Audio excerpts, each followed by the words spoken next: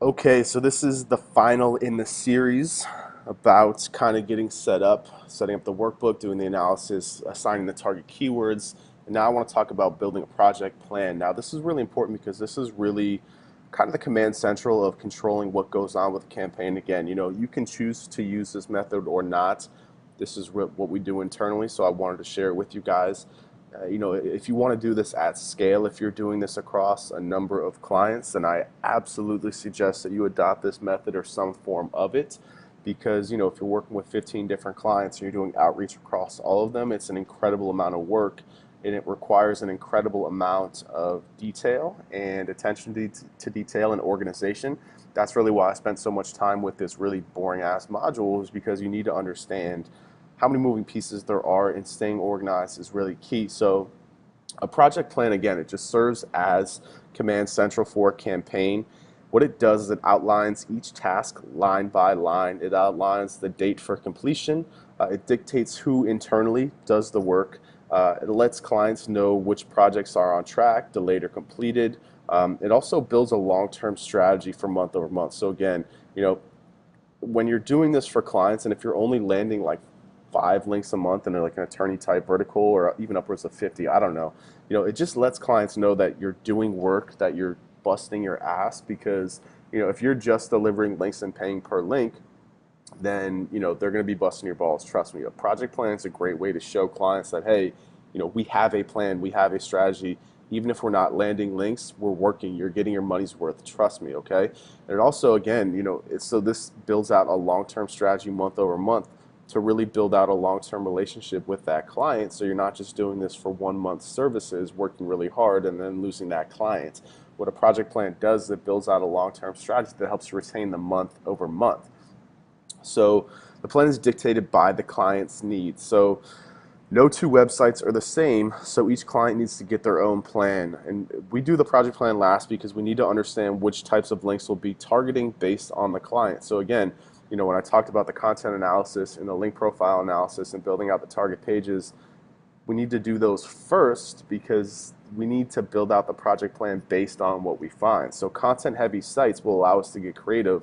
Non-content heavy sites will be a lot of guest blogging and link building type activities. So I'm actually going to run you through a live one from a client that I'm working on now. So this here is the project plan tab. So again, I ran you through all of these tabs. I ran you through the live links tab, the opportunities tab, how to find writers, how to assign targets, and then passwords just for internal tracking.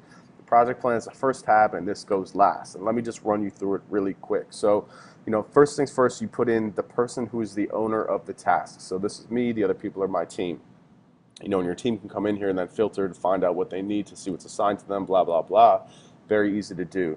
The link type or the task type, so this is admin. So again, like, creating the new Gmail, use SEMrush to find pages with keywords 7 through 20. Again, remember, I just talked about this in a previous video. This is assigning the pages. Again, I put this in here, again, so the client knows that I'm doing that work, because if they don't see that, they're paying me a lot of money. I want to make sure that they understand that they're getting their values worth. I'm doing a lot of work. So I put in the deadline for that date, and then the status is just based on, if it's done or not. It's pretty straightforward. So again, you just go down and literally add every single task that needs to be done over the next couple of months. You can see I've got this built out for 5 months because I want to retain this client for a long time.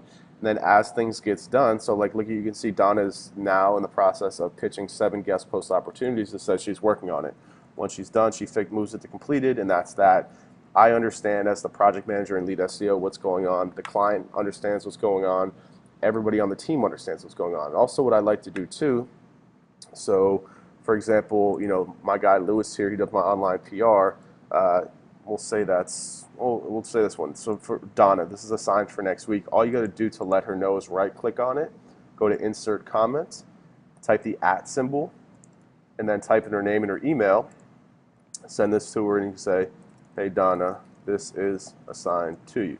And then you just click comment, and it actually sends her an email that lets her know to visit this sheet and check this out. And again, you can leave notes for them, all this stuff. So Sheets is a very effective tool.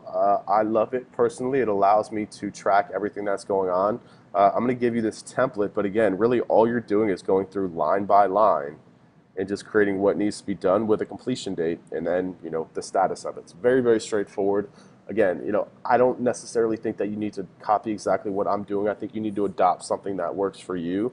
This is what I find works for me, for managing my team and managing my clients. But again, adopting some form of project management is incredibly important to stay on task when you're doing this across a lot of different moving pieces. So this is project management.